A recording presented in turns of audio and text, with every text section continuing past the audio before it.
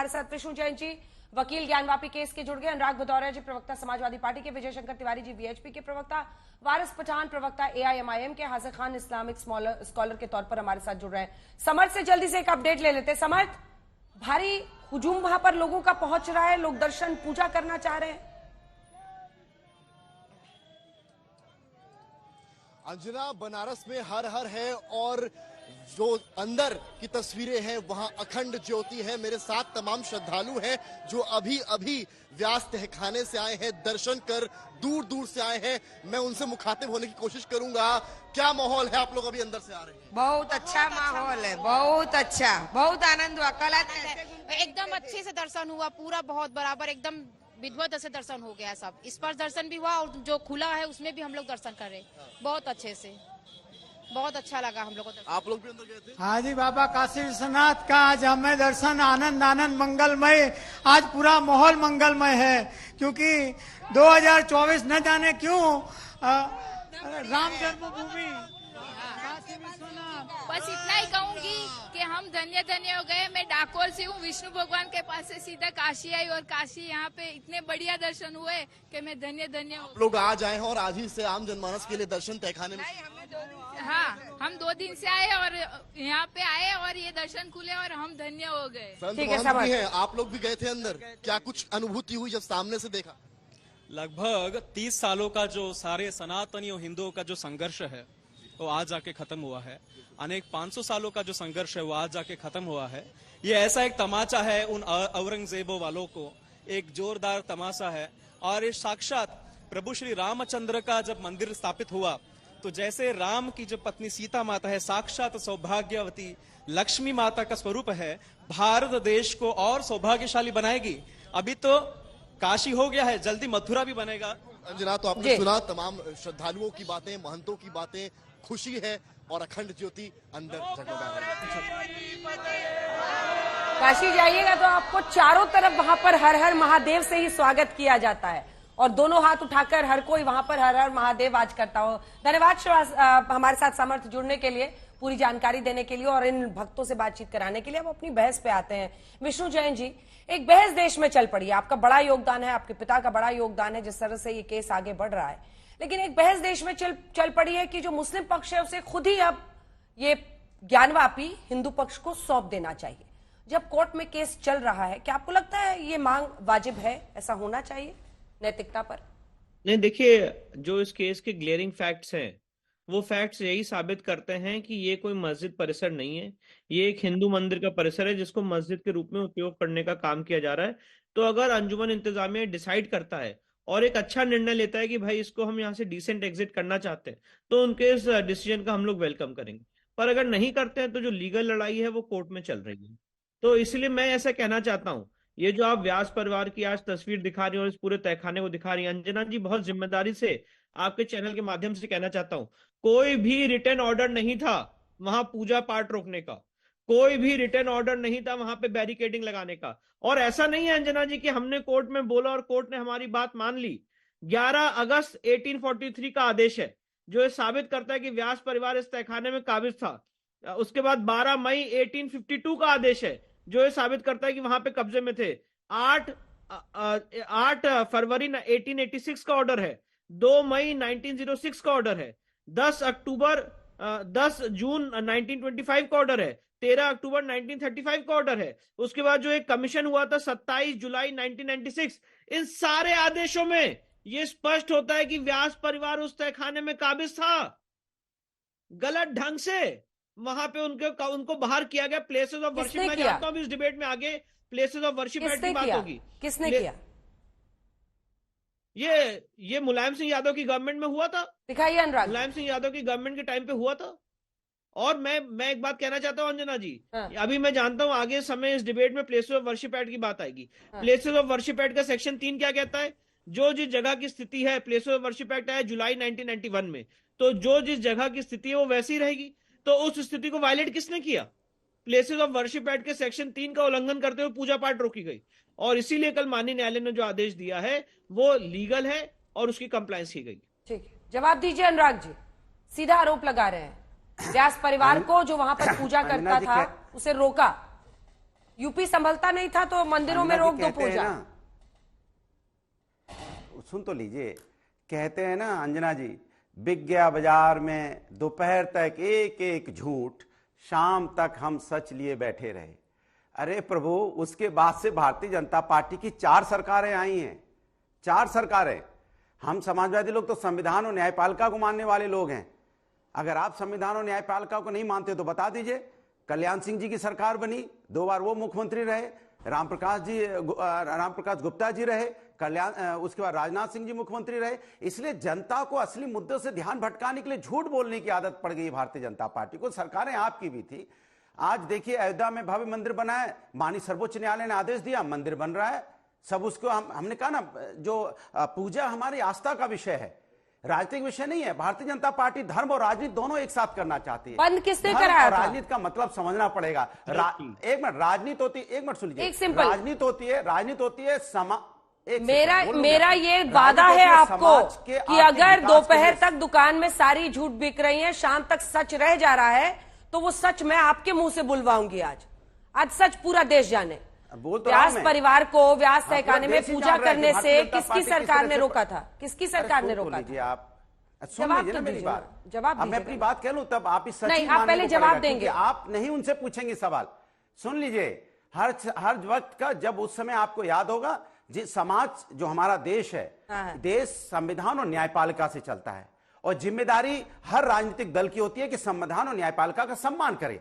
लेकिन भारतीय जनता पार्टी संविधान और न्यायपालिका को मानती है क्या, ये मैं पूछना चाहता हूं। हर चीज पे राजनीति अच्छी नहीं होती। आपको राजनीति करनी है तो स्वस्थ राजनीति करो ना, राष्ट्रवाद की बात करो। धर्म में भी राष्ट्रवाद होता है, आप राष्ट्रवाद की बात करो, आप समाज की उन्नति की बात करो, जिसके लिए राजनीति करने भारतीय जनता पार्टी आई है। क्यों नहीं भारतीय जनता पार्टी डिबेट में आई? क्योंकि हम उनसे पूछते कि आप कौन सी राजनीति करना चाहते हो? समाज की आर्थिक विकास की राजनीति करना चाहते हो, समाज को आगे ले जाने की राजनीति करना चाहते हो, या समाज में कौन सी राजनीति करना चाहते हो? धर्म और राजनीति का मिश्रण क्यों कर रहे हो? अगर आपको वाकई धर्म और राजनीतिक विषय नहीं हो सकता, राजनीति में धर्म लेके आओ। लेकिन धर्म क्या होता है? धर्म हमारे आचरण को, हमारे व्यवहार को, हमारी संस्कृति को, हमारे संस्कार को सिखाता है। लेकिन धर्म और राजनीति भारतीय जनता पार्टी जो कर रही है, दर्शकों को हम बताएं, अपने दर्शकों को बताएं, ऑडियो कम कीजिएगा क्योंकि लगातार बोलेंगे फिर ये सुनते नहीं है, किसी की आवाज नीचे कीजिए। अनुराग जी अपने दर्शकों को बताते हैं, अनुराग जी को ना निबंध लेखन में बड़े अच्छे मार्क्स आते थे।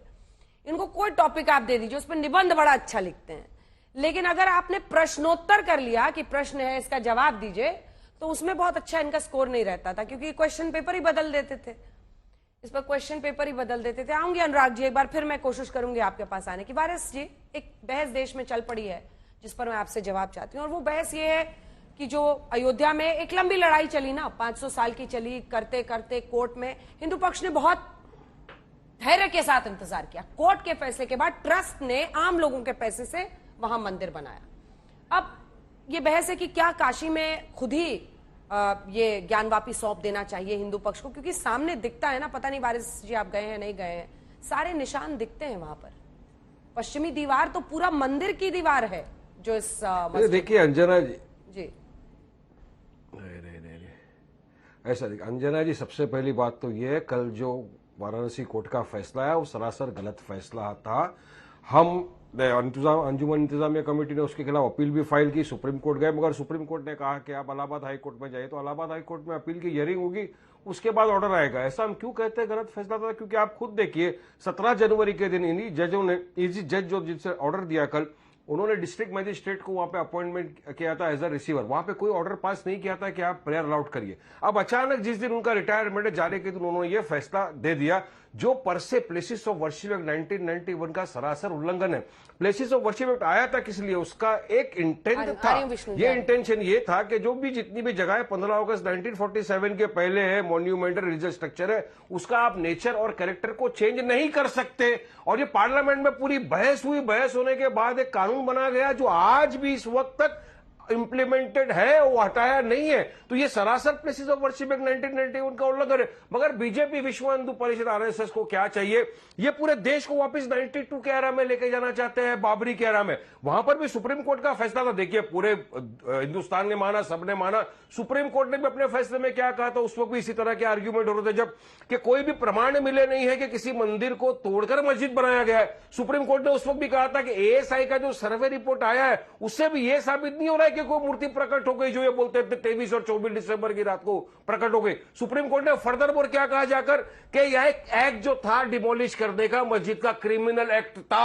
सुप्रीम कोर्ट ने यहां तक बोल दिया। उसके बाद वो लोग अरेस्ट हुए, छूट गए। बीजेपी ने उनके खिलाफ कोई अपील फाइल नहीं की, मगर फिर चुनाव आ गए तो पोलराइज करना है बीजेपी को, फिर से लेकर आ गए मंदिर का इशू। मगर जब इम्प्लिसिट ओवरशिप है कि सीधा सीधा मोदी जी को आकर बोल देना चाहिए, बीजेपी को स्टेटमेंट देना चाहिए, पिछली बार मैंने चेक किया था, उसके खिलाफ कोई नहीं जा सकता। आराम से पिछली बार मैंने चेक किया था तो आप भी तो वकील ही थे, आपको पता है कोर्ट का मामला है, इसमें राजनीति पॉलिटिक्स कहां से आ गई, कहां से आ गई पॉलिटिक्स? बिल्कुल कोर्ट का फैसला है ना, विष्णु जी कोर्ट का तो कोई मामला पार्टी है से तो उसमें अलायंस 30 दिन का तो कम से कम टाइम देना चाहिए अपील फाइल करने के लिए। विष्णु जी उसके बाद मैं आ रही हूँ। आप दिन में कोर्ट में ऑर्डर देते हो 3 बजे रात को पूजा करने चले जाते हैं। एवरी कोर्ट के अंदर ये रहता है कि एक टाइम दिया जाता है अपील का। ठीक है, अब जवाब सुनिए जी। जो वारिस भाई ने अपनी बात वो कह रहे हैं जल्दबाजी में क्यों पूजा करा दी, टाइम देना चाहिए था अपील का, रुकवाने का। मैं बता दोनों बातों का जवाब दे रहा हूँ। वारिस भाई ने अपनी बात कहते कहते कोर्ट की प्रक्रिया पे ही सवाल उठा दिया। मैं वारिस भाई को बताना चाहता हूँ अंजना जी, 24 तारीख को एएसआई की रिपोर्ट खुली है और ये जो केस है जिसमें आदेश पारित हुआ है, इसकी डेट निर्धारित थी 25 तारीख को। 25 तारीख को 2 बजे के बाद कोर्ट नहीं बैठी क्योंकि ये ज्ञानव्यापी की जो एएसआई रिपोर्ट थी इसकी कार्रवाई चल रही थी। इसके बाद 3 दिन कोर्ट बंद थी छुट्टियों के लिए। 29 तारीख को अंजना जी ये मामला कोर्ट में लगा था। आपको पता है 29 अभी इन्होंने क्या बोला, जज साहब का रिटायरमेंट था, जाते जाते आदेश दे दिया। ऐसा नहीं है सर, 29 तारीख को आपके वकील साहब ने कोर्ट में एडजर्नमेंट लिया और बोला आज इस मामले की सुनवाई मत करिए, हमारी तबीयत खराब है। तब कोर्ट ने डेट लगाई 30 तारीख को। 30 तारीख को दोनों पक्षों को सुनने के बाद 31 तारीख को जजमेंट दिया है। तो ये आरोप सर आपका सरासर गलत है। दूसरी बात अंजना जी मैं कहना चाहता हूं, जब कोर्ट ने आदेश पारित किया तो लीगल पोजीशन ये है कि इमीडिएटली वो ऑर्डर प्रभावी हो जाता है और कोर्ट ने कहा है कि 7 दिन के अंदर कंप्लायंस करनी है। तो जैसे ही आदेश आ गया तुरंत हमने जो लोकल एडमिनिस्ट्रेशन है उसको मेल लिख दिया था और मेल लिख के कहा था कि भाई इसकी कंप्लायंस की जाए। लोकल एडमिनिस्ट्रेशन ने उसका संज्ञान लिया और ऑर्डर की कंप्लायंस की। इसमें कोई भी लीगल एक त्रुटि नहीं है। और ये तो दिख रहा है ना, अभी भी जो हम लोग दिखा रहे हैं व्यास तय खाना जिसमें ये पूजा हो रही है। वारिस जी आराम से। कोर्ट ने कहा है ना 7 दिन का टाइम दिया था, तो 7 दिन का टाइम कब शुरू होता है? कोर्ट के फैसले के बाद होता है।